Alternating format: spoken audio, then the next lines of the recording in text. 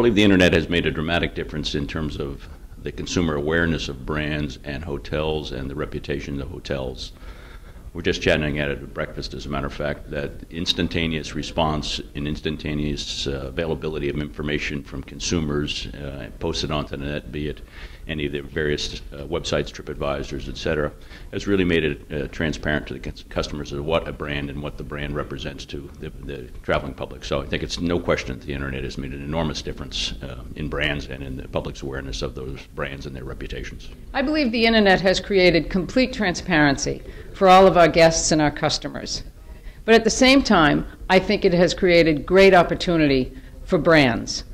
I think it's the opportunity for brands to figure out how to bring their brands to life and to create an experience online that will ultimately entice our guests and our customers to choose our brands. I think the internet has been obviously has created a lot of opportunity for folks in addition to the opportunity challenges. What I would say is that the brands have really tried to utilize the internet obviously for a primary booking source, but then also compete with all of the online competitors themselves. So as far as an equalizer, I would say that it's still very much in flux and to be determined. Well, I think the internet has created a little bit of a more level playing field for some of the brands. Certainly, some of the less well-capitalized brands have been able to take advantage of the online distribution channels that are afforded by the internet. So I think it does have a little bit of an equalizing effect. The internet has created a level playing field for many of the brands now because of the exposure aspect with social media, giving brands that perhaps don't have the marketing budgets and the bandwidth, the ability to get messages out to niche travelers in certain demographic segments, puts them on a equal playing field with a company that has millions and millions of dollars in budgets to spend on marketing and advertising. So the internet has now become a tremendous opportunity for brands that don't have tremendous war chests to get the same visibility and attract customer base. I do believe it's created more of a level playing field, but it's done it for the more transient traveler. I don't think it's helped your L&R business, your corporate customer. They're still going to go to the brand of choice. But what's happened with the leisure traveler is they go to these social websites, they see the TripAdvisors and that sort of thing, and they're not as brand conscious as they were at one time. I think so. I think especially with the younger generation that uses the internet for everything, for all of their decision making. It gives you instant report, instant feedback from your customers. And for a brand, you have to be active and you have to look at what's going on with the internet, what you're getting from TripAdvisor, what you're getting from Facebook, and say, okay, well, what impact does this have for my brand? So it definitely helps a brand be more proactive in reacting to customer complaints and reacting to a shift in their business segment. So I think it's actually a benefit for the brand if it's managed properly. I think yes and no. It definitely has created transparency as it relates to rates and the need for brands to be monitoring what their competitors are doing in real time. And obviously that's benefiting guests, especially when there's low demand period. So rates tend to fall. But it also can benefit when the market is contracting in terms of either supply or there's excess demand, so prices can rise pretty quickly. I don't know that it's created a level playing field for brands. I think brands compete across a broad spectrum of properties. I think what the internet's done is created a level playing field for brands that compete with each other or hotels that compete with each other on a local basis.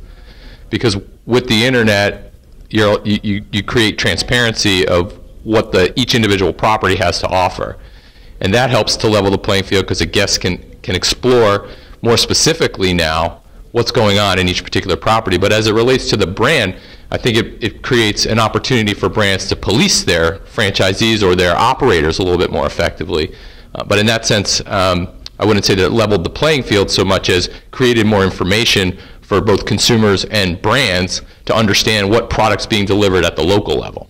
Yeah, to me it's less of a level playing field and more of a complete transparency. I think the internet has brought the customer much closer to what's really happening at the hotel, and it's caused, I think, the industry to respond very well to what the customer thoughts and requirements are.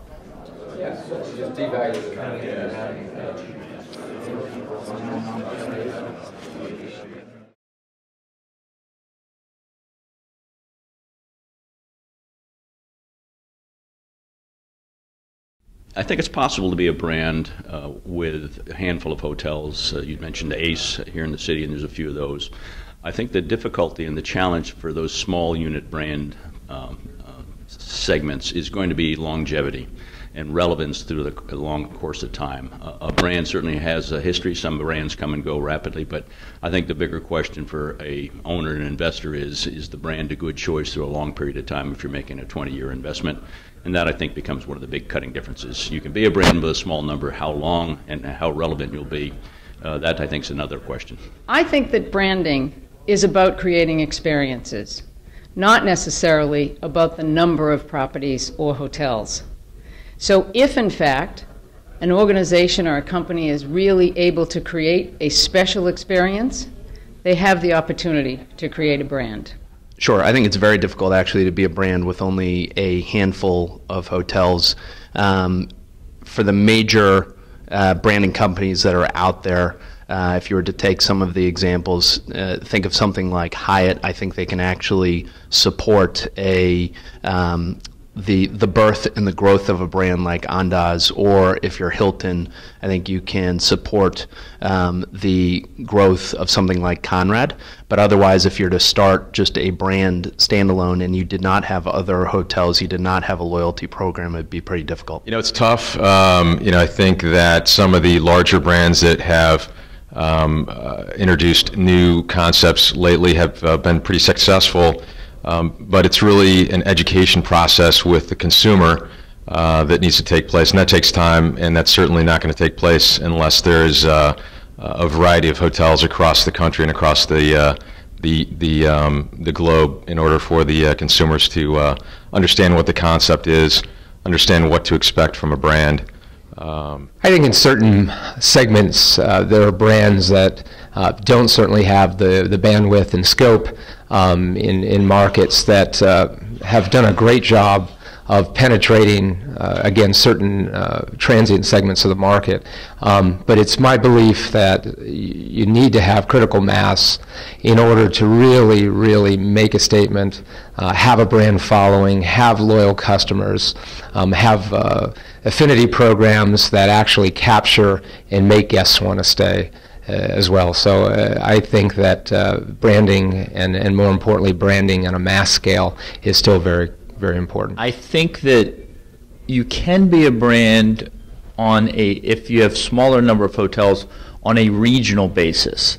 I don't think you can be a brand on a national basis with that few of the hotels. I still believe you need 75 to 100, possibly 200 hotels to have true critical mass to be a brand. I think so, but it depends on where your handful are, right? Are those iconic locations? Are they, do you have one in Midtown Manhattan, one in South Beach, or the handful all in one location? So you can launch a brand with the right locations with just a few, but as you said, in the past generations, it's not a brand until it's 100 or until it has true distribution. But I think you can be a brand just with the right properties.